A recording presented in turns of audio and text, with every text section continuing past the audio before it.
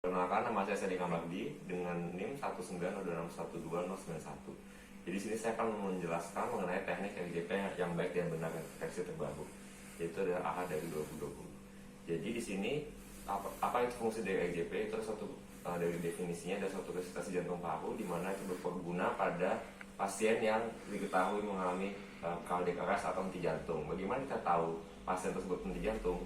Yang pertama kita dari tanda-tandanya. Yang pertama, pasien seketika jatuh secara mendadak tanpa ada masalah penyakit yang kita ketahui sebelumnya. Dan saat kita periksa, kita akan memeriksa denyut nadi dan juga napasnya. Jika tidak ada keduanya, ditambah dengan pasien tidak sadar, maka itu adalah suatu indikasi kita memulai suatu RJP. Jadi bagaimana caranya? Seperti ini. Jadi kita saat pasien jatuh, kita posisikan kita di sebelah kanan pasien, kemudian kita berikan rangsangan verbal ataupun nyeri ataupun tekanan pada pasien.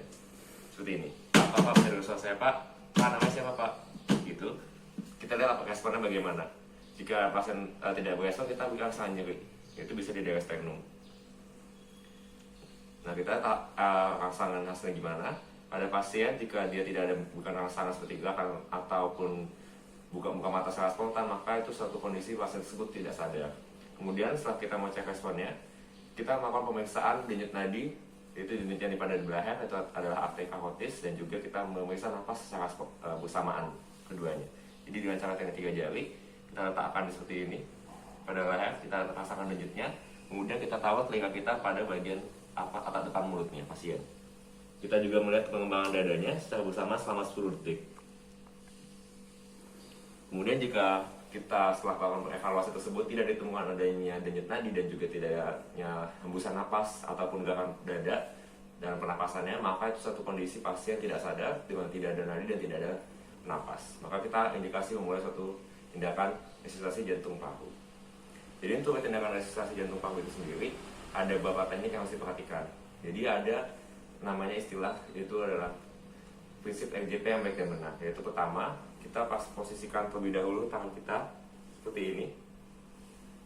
Setelah kita posisikan tangan kita membentuk kaki tripod seperti ini. Kemudian kita letakkan bagian tangan kita sebelah sini itu tepat di tengah-tengah dada. Itu kurang lebih dari ulu hati ataupun dari posisi sporoidus itu kurang lebih 2 jari di atasnya. Kemudian kita letakkan seperti ini. Kemudian kita pastikan bahwa kita tidak terlalu menumpuk badan kita pada dada pasien sehingga tertekan. Jadi kita tidak boleh menumpuk seperti itu. Sama juga sudutnya membentuk 90 derajat antara badan dan juga tangan kita. Seperti ini. Diposisikan 90 derajat dan tidak menumpuk atau tidak memberikan penekanan pada dada pasien. Kemudian selanjutnya pada saat kompresi kita tidak boleh melakukan beberapa hal, yaitu kita tidak boleh menekan terlalu dangkal atau terlalu dalam pada saat memberikan pengompaan. Jadi kompres seperti ini. Itu minimal kedalamannya dari 5-6 cm. Kemudian itu kita juga untuk kecepatannya itu 100 sampai 120 kali dalam semenit. Kemudian kita juga berikan perbandingan 30 kali kompresi seperti ini sampai 30. Kita akan selanjutnya berikan napas sebanyak 2 kali pada pasien. Kemudian dan itu kita juga membiarkan dada pasien untuk tetap mengembang sempurna setelah kita kompresi seperti ini. Kita biarkan dadanya mengembang, jangan sampai tertekan, tapi jangan sampai kita terangkat. Jadi tetap menyentuh, namun tidak lepas dari kulit pasien, supaya membiarkan full recoil ataupun jantungnya tetap terisi dengan darah dengan baik. Kemudian kita minimal kondisi interupsi ataupun kita minimalisir penghentian ataupun jeda antar kompresinya supaya tetap adekuat dalam pemompaan ataupun LJP tersebut. Saya akan berikan contoh. 1, 2, 3, 4, 5, 6, 7, 8, 9, 10, 11, 12, 13, 14, 15, 16, 17, 18, 19, 20, 21, 22, 23, 24, 25, 26, 27, 28, 29, 30. Kemudian jika kita ada alat ataupun device yang berperan seperti mask ataupun bagging atau bamboo bag, kita bisa menggunakan itu. Namun pada kondisi pandemi kita juga disarankan jika kita tidak tahu terkait dengan riwayat infeksi COVID pada pasien, maka kita bisa tidak melakukan pemberian napas bantuan. Kita dapat lanjutkan kompresi dengan kecepatan yang seperti tadi saya katakan, yaitu 100 sampai 120 kali per menit. Namun jika ada alat seperti mask itu, kita bisa mengenali dari mask airway tersebut. Kita letakkan mask di sini, kemudian kita untuk cara pemberiannya kita akan membuat posisi seperti ini. Saat edit teman chinnya diliftkan, dinaikkan, baru kita berikan nafas. 1, 2, seperti itu.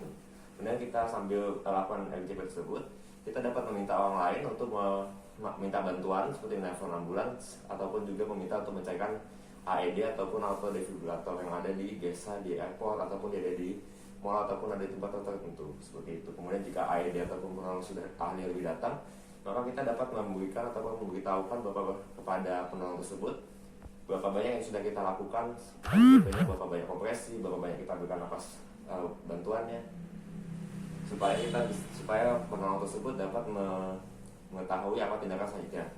Kemudian berapa lama kita dapat melakukan RJP tersebut.